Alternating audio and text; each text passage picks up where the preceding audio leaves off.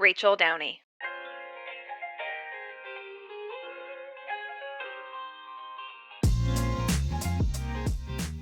There are some people who were doing influencer marketing before it had a name, before brands were hiring creators, before it was a vibe. So I called Justin Levy. Justin Levy has over 15 years in social and influencer marketing. He's seen the evolution of brand influence from the early days of affiliate links and brand reps to the current ecosystem where creators are the media. So that's who I called when I was curious about why brands should invest in influencers and what's the real impact. Here's what he had to say.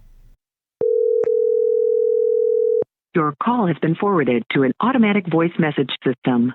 At the tone, please record your message.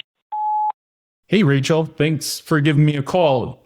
I think that one of the main reasons why brands should be investing in influencers is because they carry an audience and a level of trust that the brand does not have access to, right? People trust other people, not logos that they're used to seeing. So by investing in influencers, you're accessing their communities and also their authenticity with their audience. So I think that we've seen this arc happen, right? Over the past 15 years or so that I've been doing this. Originally it was on Twitter, and that's where all the influence was driven. But now over time, as Twitter's turned X and we've had the rise of kind of the LinkedIn influencer and whatnot, brands should invest across other areas like podcasts, where you can have influencers interview your execs or your customers, Substack as a platform, as well as other newsletter platforms, YouTube, where you can drive demos, and some people have their podcast on YouTube, podcast read ads. So if you're not going to invest in a whole podcast, for example, it might just be an ad read.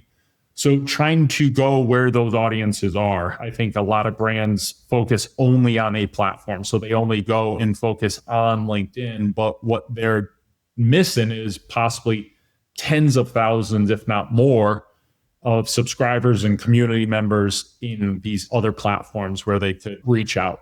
So I think the kind of TLDR on this is that brands shouldn't be afraid of trying to work with creators.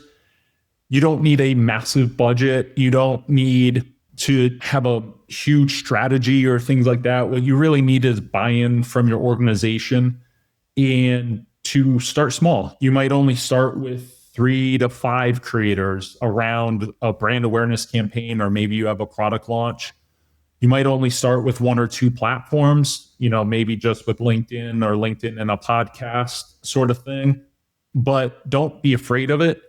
You have to make sure you have the guardrails up. You don't want the content kind of going off those rails, but it's not something that you should be nervous of. And the brands that don't start to invest are going to be left behind by the brands that are. Hit me back, Rachel, if you have any questions.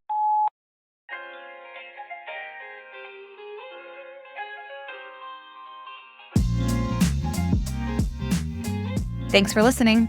Want your podcast to do more? Subscribe to Genius Cuts, because it's never just a podcast. You can find it at shareyourgenius.com.